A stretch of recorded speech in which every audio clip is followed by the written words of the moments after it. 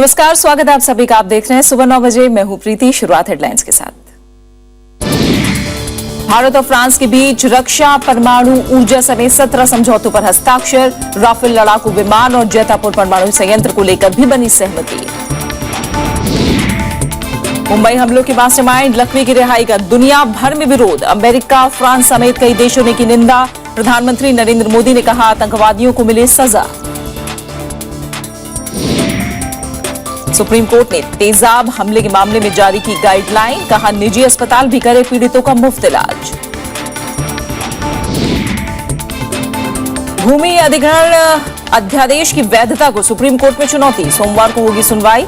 किसान संगठनों ने लगाया सत्ता के बेजा इस्तेमाल का आरोप। और पाकिस्तान ने यमन में सैन्य कार्रवाई में शामिल होने की सऊदी अरब की पेशकश ठुकराई। हूथी विद्रोहियों के खिलाफ अभियान में शामिल होने से इनकार।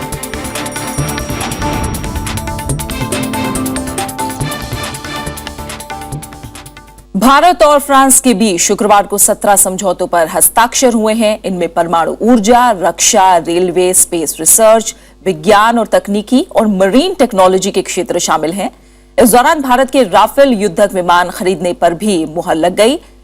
प्रधानमंत्री नरेंद्र मोदी और फ्रांस के राष्ट्रपति फ्रांकोis होलांद ने साझा प्रेस कॉन्फ्रेंस करके कई अहम घोषणाएं भी की। भारत और फ्रांस ने शुक्रवार को दोस्ती की एक और इबारत लिखी। प्रधानमंत्री नरेंद्र मोदी और फ्रांस के राष्ट्रपति फ्रांकोis होलांद के बीच कई मुद्दों पर बातचीत हुई, जिसके बाद दोनों देशों के बीच रक्षा, परमाणु ऊर्जा, रेलवे, स्पेस रिसर्च, विज्ञान और तकनीक, मरीन टेक्नोलॉजी, आर्थिक, वीजा नियम, पर्यटन, स्किल डेवलपमेंट और शिक्षा समेत 17 समझौतों पर दस्तखत किए गए। इस दौरान भारत के राफेल फाइटर प्लेन खरीदने पर भी मुहर लग गई। भारत में फाइटर एयरक्राफ्ट की क्रिटिकल ऑपरेशनल नेसेसिटी का ध्यान में रखते हुए मैंने राष्ट्रपति जी से 36 Rafale jets fly away condition में जल्द से जल्द दोनों सरकार के समझौतों के माध्यम से खरीदने की बात की है। फ्रांस भारत में 3 स्मार्ट सिटी बनाने में मदद करेगा। इनमें पुडुचेरी और नागपुर शामिल हैं। साथ ही जैतापुर परमाणु संयंत्र के लिए भी दोनों देशों के बीच करार हुआ है। जैतापुर परियोजना के तहत फ्रांस की कंपनी अरीवा 6 परमाणु संयंत्र स्थापित करेगी, जिससे करीब 10,000 मेगावाट क्षमता का बिजली उत्पादन होगा। मुझे खुशी है कि जैतापुर में 6 न्यूक्लियर प्लांट बनाने पर हमने प्रगति की है। बिजली बनाने की कीमत को कम करने के संदर्भ में और अधिक तकनीकी समीक्षा और स्टडी करने के लिए दोनों पक्षों ने आज समझौता किया है। फ्रांस ने भारत में 2 अरब यूरो का निवेश करने की भी घोषणा की। फ्रांस ने भरोसा दिलाया कि वो भारतीय नागरिकों को 48 घंटों के भीतर टूरिस्ट वीजा मुहैया कराएगा। प्रधानमंत्री नरेंद्र मोदी ने फ्रांस के राष्ट्रपति के साथ साझा बयान में फ्रांस को भारत का सबसे विश्वसनीय साझेदार बताया। दोनों देशों ने इस दौरान बढ़ते आतंकवाद को लेकर भी चिंता जताई। Bureau report, Rajya Sabha TV. और इससे पहले प्रधानमंत्री नरेंद्र मोदी ने फ्रांस की धरती से संयुक्त राष्ट्र के ढांचे में बदलाव की मांग की है। फ्रांस संयुक्त राष्ट्र सुरक्षा परिषद का स्थायी सदस्य है और प्रधानमंत्री बनने के बाद नरेंद्र मोदी की यह पहली फ्रांस यात्रा है। प्रधानमंत्री ने फ्रांस की कंपनियों को मेक इन इंडिया मिशन के अवसरों का लाभ उठाने का भी न्योता दिया है। गुरुवार देर रात पेरिस पहुंचने के बाद प्रधानमंत्री नरेंद्र मोदी शुक्रवार को यूनेस्को के पेरिस स्थित मुख्यालय में भाषण देने पहुंचे। संयुक्त राष्ट्र के सबसे पुराने संगठन यूनेस्को के मंच से प्रधानमंत्री ने संयुक्त राष्ट्र सुरक्षा परिषद सहित अन्य संगठनों में बदलाव की भारत की पुरानी मांग को जोर शोर से उठाया। फ्रांस सुरक्षा परिषद में भारत की स्थायी सदस्यता की मांग का समर्थन करने वाले सबसे पहले देशों में शामिल है। This milestone reminds us of a fundamental achievement of our age for the first time in human history. We have an organization for the entire world, the United Nations. प्रधानमंत्री नरेंद्र मोदी ने यूनेस्को में योग पर आधारित एक वेबसाइट का उद्घाटन किया। संयुक्त राष्ट्र के 70वें स्थापना दिवस पर उन्होंने जलवायु परिवर्तन पर भी अपनी बात रखी। उन्होंने कहा कि पूरी दुनिया में स्वच्छ ऊर्जा को बढ़ावा देने के प्रयासों और तकनीक को बल प्रदान किया जाना चाहिए। पेरिस में इस साल जलवायु परिवर्तन पर महत्वपूर्ण शिखर सम्मेलन होना है, जिसमें भारत पर कार्बन उत्सर्जन को कम करने की घोषणा करने का दबाव है। Climate change is a pressing global challenge and it calls for a collective human action and a comprehensive response. We must draw upon our entire wealth of wisdom, the strength of every institution, all possibilities of innovation and the power of science. प्रधानमंत्री का इशारा परमाणु ऊर्जा से जुड़ी अड़चनें दूर करने की तरफ था। फ्रांस एक महत्वपूर्ण देश है जिसकी घरेलू ऊर्जा का लगभग 70% परमाणु ऊर्जा से पूरा होता है। प्रधानमंत्री की इच्छा इस मामले में फ्रांस की परमाणु ऊर्जा कंपनी अवीवा से न्यूनतम शर्तों पर निर्माण में सहयोग लेने की है। यूनेस्को में संबोधन से पहले प्रधानमंत्री नरेंद्र मोदी ने पेरिस में बुनियादी ढांचे और रक्षा उपकरणों का निर्माण करने वाली कंपनियों के सीईओ से बातचीत की। India and France are strategic partners, so the discussions between Prime Minister and President Hollande tomorrow will focus on areas of strategic cooperation, which include defense, they include nuclear, and when two leaders of two important countries meet, they will also discuss issues such as which create problems for the rest of the world, including terrorism. They will discuss international issues, including Security Council reform and various regional issues of interest to India and to France. प्रधानमंत्री नरेंद्र मोदी का गुरुवार रात Paris पहुंचने पर भव्य स्वागत किया गया। उन्होंने फ्रांस के राष्ट्रपति फ्रांसवा ओलांद की तरफ से दिए गए गार्ड ऑफ ऑनर का मुआयना भी किया। फ्रांस दुनिया के सबसे विकसित औद्योगिक देशों में एक है और भारत इसका पूरा लाभ उठाने की रणनीति पर काम कर रहा है। अमेरिका के बाद सुरक्षा परिषद के दूसरे अस्थायी सदस्य देश की यात्रा पर हैं प्रधानमंत्री नरेंद्र मोदी, जहां से उन्होंने साफ साफ संकेत दे दिया है कि सुरक्षा परिषद दुनिया की वर्तमान हकीकत का प्रतिनिधित्व नहीं करता और जलवायु परिवर्तन को रोकने के लिए विकसित राष्ट्रों को तकनीक के मामले में अपने हाथ खोलने चाहिए। राज्यसभा टेलीविजन के लिए कैमरा पर्सन राज ठाकुर के साथ अखिलेश सुमन। मुंबई हमलों के मास्टरमाइंड ज़कीउर रहमान लख्वी की रिहाई पर भारत ने कड़ी आपत्ति जताई है। प्रधानमंत्री नरेंद्र मोदी ने पाकिस्तान को परोक्ष संदेश देते हुए कहा कि किसी भी देश को आतंकवादियों को पनाह देने के बजाय सजा देनी चाहिए। पेरिस में फ्रांस के राष्ट्रपति के साथ साझा प्रेस कॉन्फ्रेंस में उन्होंने ये बात कही। फ्रांस और अमेरिका ने भी लख्वी की रिहाई की निंदा करते हुए इसे दुनिया के लिए चिंताजनक बताया है। मुंबई हमले का मास्टरमाइंड और लश्कर आतंकी ज़कीउर रहमान लख्वी को रिहा किए जाने की दुनिया भर में निंदा हो रही है। इस्लामाबाद में भारतीय उच्चायुक्त ने पाकिस्तान के विदेश सचिव से मुलाकात कर कड़ी आपत्ति जताई। वहीं फ्रांस दौरे पर गए प्रधानमंत्री नरेंद्र मोदी को इस मामले पर राष्ट्रपति फ्रांसवा ओलांद का समर्थन मिल गया। ओलांद के साथ साझा प्रेस वार्ता में मोदी ने आतंकवाद से मुकाबले के लिए वैश्विक कार्रवाई की जरूरत बताई, तो फ्रांस के राष्ट्रपति ने भी मुंबई हमले के मास्टरमाइंड को रिहा किए जाने पर हैरानी जताई। इस वैश्विक चुनौती के लिए व्यापक वैश्विक स्ट्रेटेजी की आवश्यकता है। इसमें ये हर देश का दायित्व है कि आतंक के विरुद्ध लड़ाई में पूरा समर्थन दें, आतंक समूहों को पनाह लेने न दें और आतंकवादियों को जल्द से जल्द सजा दें। Similarly, I express my indignation every time a terrorist is released when he is responsible for an abominable France के अलावा अमेरिका भी लख्वी की रिहाई के खिलाफ भारत के साथ नजर आ रहा है। अमेरिकी विदेश विभाग के प्रवक्ता जेफ राथके ने कहा कि पाकिस्तान मुंबई हमले के दोषियों के खिलाफ कार्रवाई करने के वादे पर अमल करे, जिससे मुंबई हमले में मारे गए 6 अमेरिकी समेत 166 लोगों को इंसाफ मिल सके। इधर भारत ने पाकिस्तान पर आतंकवाद को लेकर दोहरा रवैया अपनाने का आरोप लगाया है।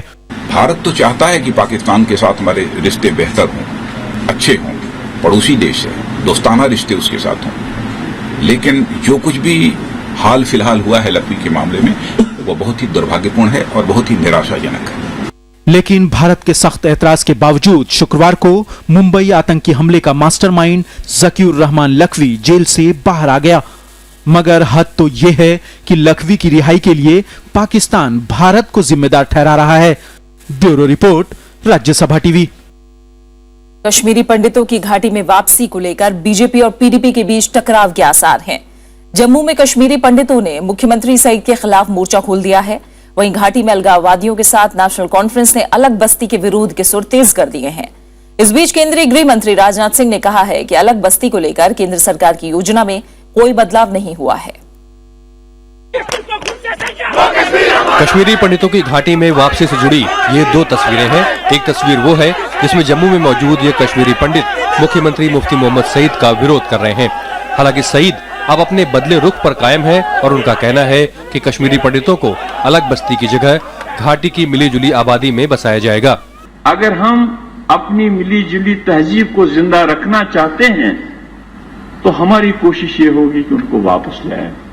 वापस लाने के लिए एक माहौल शोर से नहीं बनेगा, इसको हमने कनेक्ट करने की जरूरत है।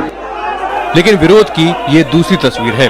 राज्य के अलगाववादी नेताओं ने श्रीनगर के लाल चौक पर कश्मीरी पंडितों की वापसी के मामले पर विरोध किया। उनका कहना है कि घाटी में अलग बस्ती बसाने नहीं दी जाएगी। ये हमारा मुश्तरका फैसला है, हम यहाँ कॉलोनी बनने नहीं देंगे। हम कॉलोनी में जाना नहीं चाहते हैं। हमारी ये मुश्तरका आवाज है, हम संग संग जिएंगे, संग संग मरेंगे। कश्मीरी पंडितों की घाटी में वापसी के मामले में नेशनल कॉन्फ्रेंस सहित अन्य विपक्षी दल भी अलगाववादियों के साथ खड़े नजर आ रहे हैं। हालांकि केंद्र सरकार ने कहा है कि कश्मीरी पंडितों को बसाने की योजना में कोई बदलाव नहीं है। उनके पुनर्वास के लिए, उनके रिहेबिलिटेशन के लिए हमारी सरकार पूरी तरह से प्रतिबद्ध है और मैं मानता हूं हमारी सरकार की प्रतिबद्धता जहां पर कश्मीरी पंडितों को पुनर्स्थापित करने की है, वहीं पर जम्मू कश्मीर के लोगों को भरपूर सुरक्षा मुहैया कराने की भी हमारी प्रतिबद्धता है। दरअसल मुफ्ती मोहम्मद सईद ने 7 अप्रैल को दिल्ली में प्रधानमंत्री और गृह मंत्री से मुलाकात के बाद कश्मीरी पंडितों के लिए अलग टाउनशिप बसाने पर सहमति जताई थी, लेकिन अगले ही दिन वो अपने बयान से पलट गए।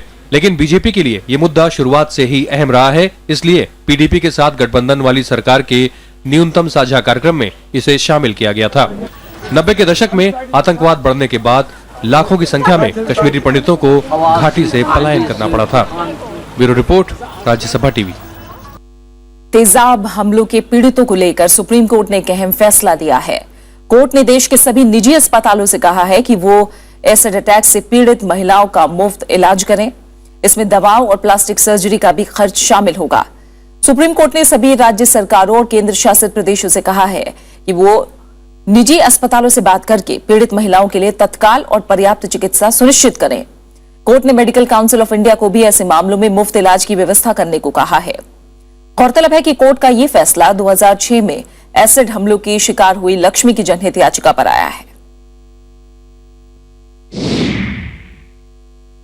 सुप्रीम कोर्ट भूमि अधिग्रहण अध्यादेश की वैधता से जुड़ी याचिका पर सोमवार को सुनवाई करेगा। किसान संगठनों ने अध्यादेश के खिलाफ सुप्रीम कोर्ट में याचिका दायर की है। याचिका में धारा 123 के तहत बार बार अध्यादेश जारी करने के बेजा इस्तेमाल को लेकर सवाल खड़ा किया गया है। भूमि अधिग्रहण से जुड़ा विवाद सुप्रीम कोर्ट तक पहुंच गया है। केंद्र सरकार के दोबारा अध्यादेश जारी करने को किसान संगठनों ने असंवैधानिक बताते हुए कोर्ट में चुनौती दी है।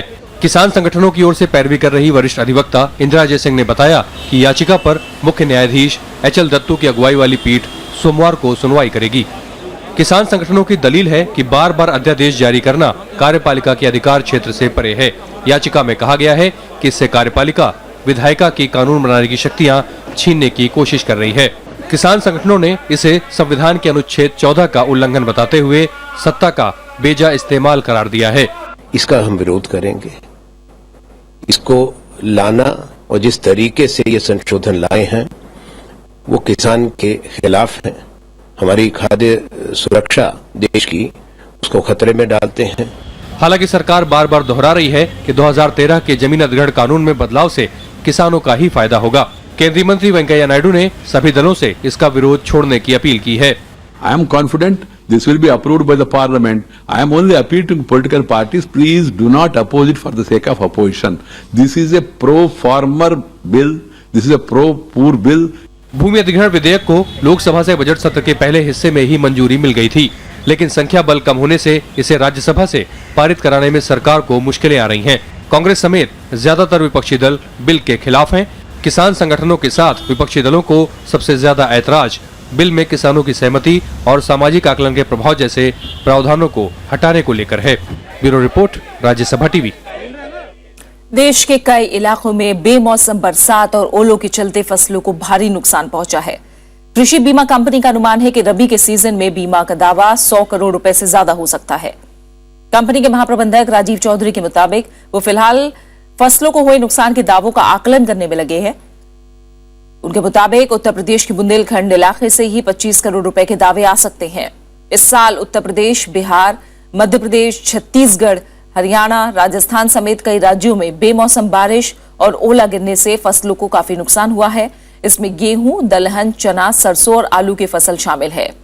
एआईसी ने 2014-15 वित्तीय वर्ष में 5,167 करोड़ रुपए, माफ कीजिएगा 167 करोड़ 58 लाख रुपए के दावों का निपटान किया था।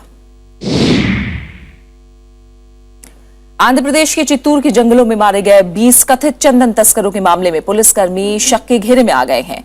हैदराबाद हाईकोर्ट ने आंध्र प्रदेश सरकार को हत्या का मुकदमा दर्ज करने का आदेश दिया है। कुछ एनजीओ की तरफ से दायर याचिका में मुठभेड़ को फर्जी बताया गया था। इस बीच तमिलनाडु में आंध्र प्रदेश सरकार के खिलाफ प्रदर्शन जारी है। हैदराबाद हाईकोर्ट ने भी चित्तूर के शेषाचलम के जंगलों में हुई मुठभेड़ पर सवाल उठा दिए हैं। एनजीओ की याचिका पर कोर्ट ने सवाल किया है कि इस मामले में आईपीसी की धारा 302 के तहत मुकदमा दर्ज क्यों नहीं किया गया। अदालत ने सोमवार तक राज्य सरकार से विस्तृत जानकारी भी तलब की है। The court meanwhile also said that why don't you, the victims, will lodge a complaint before the police so that we can direct them to register the case under 302 IPC. That is how the arguments had taken place, and certainly the victims will definitely, on behalf of victims, definitely there will be a criminal case will be filed.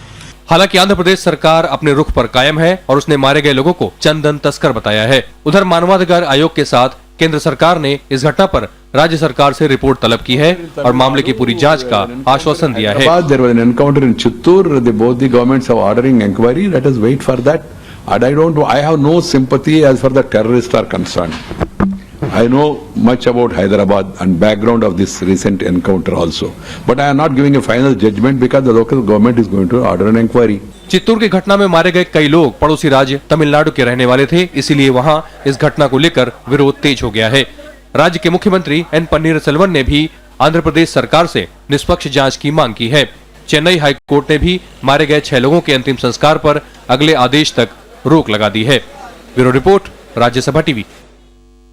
आम आदमी party ने जन लोकपाल के मुद्दे पर चुनाव लड़ा और भ्रष्टाचार के खिलाफ इसके गठन की पुरजोर वकालत की थी, लेकिन पार्टी की सरकार बनने के बावजूद दिल्ली में लोकायुक्त की नियुक्ति अभी तक नहीं हुई है। बीजेपी और कांग्रेस ने इसे लेकर केजरीवाल सरकार पर निशाना साधा है। दिल्ली में लोकायुक्त की नियुक्ति के मद्देनजर बीजेपी के 3 विधायकों ने उपराज्यपाल नजीब जंग से केजरीवाल सरकार की शिकायत की है। बीजेपी ने कहा है कि नियुक्ति नहीं होने की सूरत में वो अदालत भी जाएगी। लोकायुक्त की नियुक्ति इसलिए नहीं की जा रही कि आम आदमी पार्टी के 67 विधायकों में से कम 1 दर्जन विधायकों पर सीधे मामले दर्ज होंगे, तो इसलिए इस पूरे मामले को डिले किया जा रहा है। उधर लोकायुक्त के मुद्दे पर कांग्रेस ने भी दिल्ली सरकार को घेरा है। पार्टी ने कहा है कि भ्रष्टाचार के खिलाफ लड़ने के आम आदमी पार्टी के तमाम दावे बेमानी साबित हो रहे हैं। 2-4-10 दिन पहले उन्होंने हेल्पलाइन भी भ्रष्टाचार से लड़ने के लिए लॉन्च करी है और वहीं खुद के भ्रष्टाचार जो लोग मंत्री हैं, जो लोग शासन कर रहे हैं, उनके खिलाफ भ्रष्टाचार की खोज के लिए जो लोकायुक्त की जरूरत है वो पद अभी तक खाली है। आंकड़ों के मुताबिक पिछले 1.5 साल से खाली पड़े लोकायुक्त के दफ्तर में हर महीने करीब 15 शिकायतें आती हैं। इस लिहाज से भ्रष्टाचार की शिकायतों से जुड़े तकरीबन 550 आवेदन कार्रवाई की बाट जो रहे हैं। अनु दीवान के साथ ब्यूरो रिपोर्ट, राज्यसभा टीवी। और खबरों का सिलसिला जारी है, बने रहे हमारे साथ। लौट रहे एक छोटे से ब्रेक के बाद।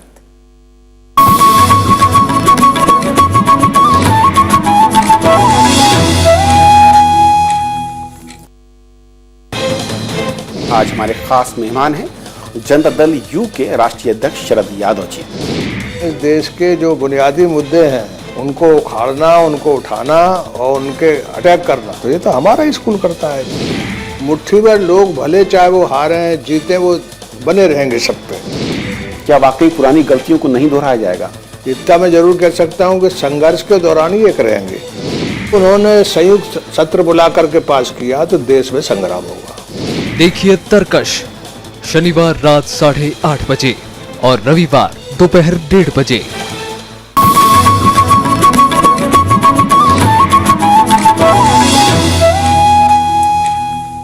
ब्रेक के बाद स्वागत है। रुख करते हैं कुछ और अहम खबरों का। वित्त मंत्री अरुण जेटली ने कहा है कि विकास की योजनाओं को लेकर जनहित याचिकाएं नहीं लगनी चाहिए। उन्होंने कहा कि पीआईएल के चलते कई बार विकास की गतिविधियां अवरुद्ध हो जाती हैं। अरुण जेटली ने कहा कि जनहित याचिका लगने वाले लोगों को भी पूरी तरह पारदर्शिता अपनानी चाहिए। साथ ही उन्होंने कहा कि ऐसा भी हो सकता है कि पीआईएल के पीछे भी कोई फंडिंग होती हो। वित्त मंत्री ने कहा कि जिस तरह मंत्री, सरकारी और नौकरशाह सूचना के अधिकार के दायरे में आते हैं, वैसे ही जनहित याचिकाकर्ताओं को भी इसके दायरे में आना चाहिए। औद्योगिक उत्पादन के मोर्चे पर सुधार के संकेत दिखे हैं। फरवरी में औद्योगिक उत्पादन सूचकांक यानी आईआईपी में बीते कुछ महीनों में सबसे बड़ी ग्रोथ दर्ज की गई। फरवरी में आईआईपी वृद्धि दर 5% रही, जो जनवरी में सिर्फ 2.8% थी। इसे सबसे ज्यादा सहारा मैन्युफैक्चरिंग और माइनिंग सेक्टर से मिला है। शुक्रवार को जारी आंकड़ों के मुताबिक फरवरी महीने में औद्योगिक उत्पादन 5% की दर से बढ़ा। जनवरी में आईआईपी वृद्धि दर सिर्फ 2.8% थी। औद्योगिक उत्पादन को सबसे ज्यादा सहारा मैन्युफैक्चरिंग और माइनिंग सेक्टर से मिला है। फरवरी में मैन्युफैक्चरिंग सेक्टर भी 5.2% की दर से बढ़ा है। खनन क्षेत्र और बिजली उत्पादन में हुई बढ़ोतरी इस तेजी में सहायक रहे हैं। जानकार इसे सरकार के मेक इन इंडिया अभियान के लिए उत्साहजनक संकेत मान रहे हैं। काफ़ी इनकरेजिंग लगता है ये आईआईपी डेटा देखने में, और इकोनॉमी के लिए काफ़ी पॉजिटिव है। काफ़ी इंडस्ट्री को भी इसका अच्छा बेनिफिट दिख रहा है, और जो मेजर कंट्रीब्यूशन आ रहा है वो मैन्युफैक्चरिंग सेक्टर से आया है इस बार इस डेटा में।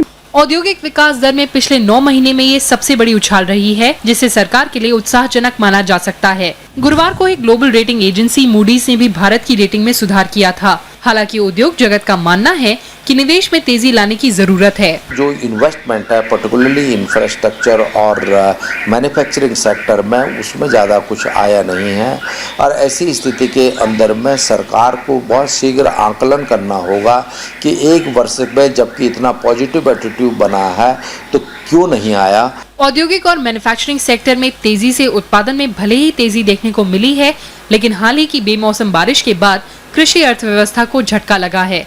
कृति मिश्रा, राज्यसभा टीवी। कर्मचारी भविष्य निधि संगठन यानी ईपीएफओ ने 1,000 रुपए न्यूनतम मासिक पेंशन योजना इस महीने से बंद कर दी है। मजदूर संघों ने पेंशन योजना रोकने के विरोध में सरकार के खिलाफ आंदोलन छेड़ने का ऐलान किया है। ईपीएफओ का कहना है कि उसने सरकार की तरफ से इसे जारी रखने से जुड़ा आदेश न मिलने पर रोक लगाई है। कर्मचारी भविष्य निधि संगठन यानी ईपीएफओ की ओर से मिलने वाली न्यूनतम 1,000 रुपए की पेंशन योजना को रोक दिया गया है। इस फैसले से करीब 35 लाख पेंशनर प्रभावित होंगे। ट्रेड यूनियनों ने सरकार के इस कदम की निंदा की है। इसके विरोध में देशव्यापी आंदोलन छेड़ने का भी ऐलान किया गया है। Employees pension scheme self sustaining scheme है, ये गवर्नमेंट की खैरात पे या उस पे नहीं है कि सरकार आम आदमी के लिए और खासकर वर्कर के लिए इनका जो रुझान है ये कारपोरेट घरानों के प्रति है, उन्हीं को ज़्यादा से ज़्यादा ये फ़ायदा देना चाहते हैं। पिछले साल 19 अगस्त को ईपीएफ की न्यूनतम पेंशन योजना की घोषणा की गई थी और ये सितंबर 2014 से 31 मार्च 2015 तक के लिए लागू की गई थी, लेकिन इस अधिसूचना को आगे नहीं बढ़ाने की वजह से ईपीएफओ ने बढ़ी पेंशन को रोक दिया है। वो पैसा सरकार का नहीं, वो पैसा कर्मचारी और नियोक्ता का सम्मिलित खाते का जमा पैसा है। उनका पैसा लेके सरकार अपनी स्कीम चलाना चाहती है, उसकी वाहवाही लेना चाहती है, लेकिन उन सदस्यों को जो उनका हक मिलना चाहिए उसके लिए पैसा नहीं दे रही सरकार। देश में 5 करोड़ ईपीएफ खाते हैं। इसमें कर्मचारी के वेतन का 12% और नियोक्ता की ओर से 12% का अंशदान होता है। इस योग की 8.33% राशि को ही ईपीएफ पेंशन स्कीम में जमा किया जाता है। प्रणव गोस्वामी, राज्यसभा टीवी। कुछ अहम अंतर्राष्ट्रीय खबरें। पाकिस्तान ने यमन में सैन्य कार्रवाई में शामिल होने की सऊदी अरब की पेशकश को ठुकरा दिया है। पाकिस्तान की संसद में चली लंबी बहस के बाद यह फैसला लिया गया। उधर सऊदी सैन्य गठबंधन का हूथी विद्रोहियों के ठिकानों पर हमले जारी हैं। 4 दिनों तक चली बहस के बाद पाकिस्तानी संसद ने हूथी विद्रोहियों के खिलाफ लड़ाई में सऊदी अरब का साथ नहीं देने का फैसला किया। इसके अलावा संसद ने इस मसले के हल के लिए एक प्रस्ताव भी पारित किया, जिसमें कहा गया है कि पाकिस्तान यमन मसले से जुड़े सभी पक्षों के बीच शांतिपूर्ण बातचीत का समर्थन करता है। Pakistan should maintain neutrality in the Yemen conflict so as to be able to play a proactive diplomatic role to end the crisis. उधर आतंक के साये में जीने को मजबूर यमन में हालात बद से बदतर होते जा रहे हैं। हूथी विद्रोहियों के खिलाफ सऊदी गठबंधन के हवाई हमले भी लगातार जारी हैं। शुक्रवार को भी सऊदी गठबंधन ने हूती विद्रोहियों को निशाना बनाकर बमबारी की।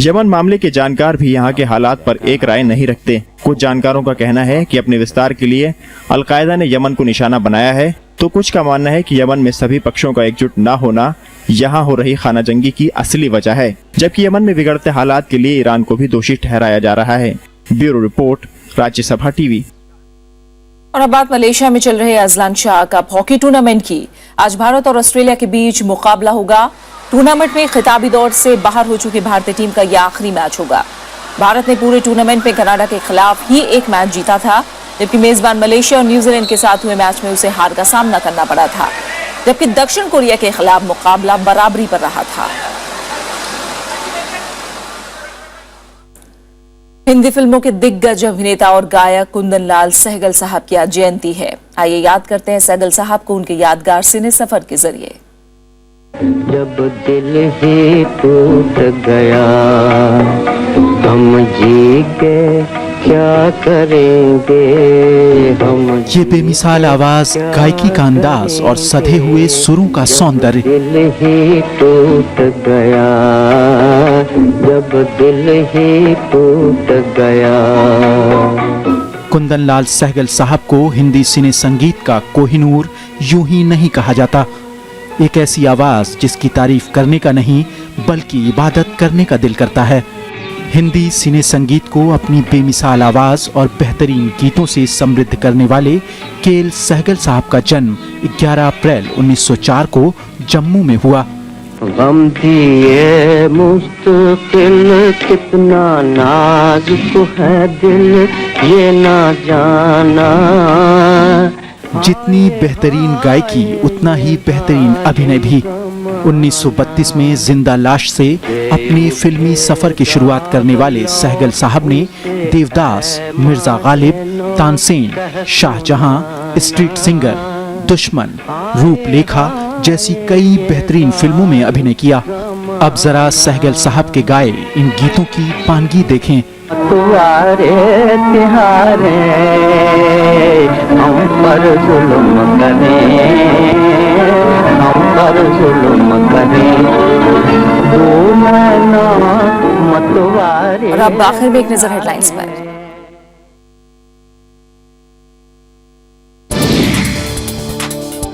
भारत और फ्रांस के बीच रक्षा, परमाणु ऊर्जा समेत 17 समझौतों पर हस्ताक्षर। राफेल लड़ाकू विमान और जैतापुर परमाणु संयंत्र को लेकर भी बनी सहमति। मुंबई हमलों के मास्टरमाइंड लखवी की रिहाई का दुनिया भर में विरोध। अमेरिका, फ्रांस समेत कई देशों ने की निंदा। प्रधानमंत्री नरेंद्र मोदी ने कहा आतंकवादियों को मिले सजा। सुप्रीम कोर्ट ने तेजाब हमले के मामले में जारी की गाइडलाइन। कहा निजी अस्पताल भी करे पीड़ितों का मुफ्त इलाज। भूमि अधिग्रहण अध्यादेश की वैधता को सुप्रीम कोर्ट में चुनौती। सोमवार को होगी सुनवाई। किसान संगठनों ने लगाया सत्ता के बेजा इस्तेमाल का आरोप। पाकिस्तान ने यमन में सैन्य कार्रवाई में शामिल होने की सऊदी अरब की पेशकश ठुकराई। हूथी विद्रोहियों के खिलाफ अभियान में शामिल होने से इनकार।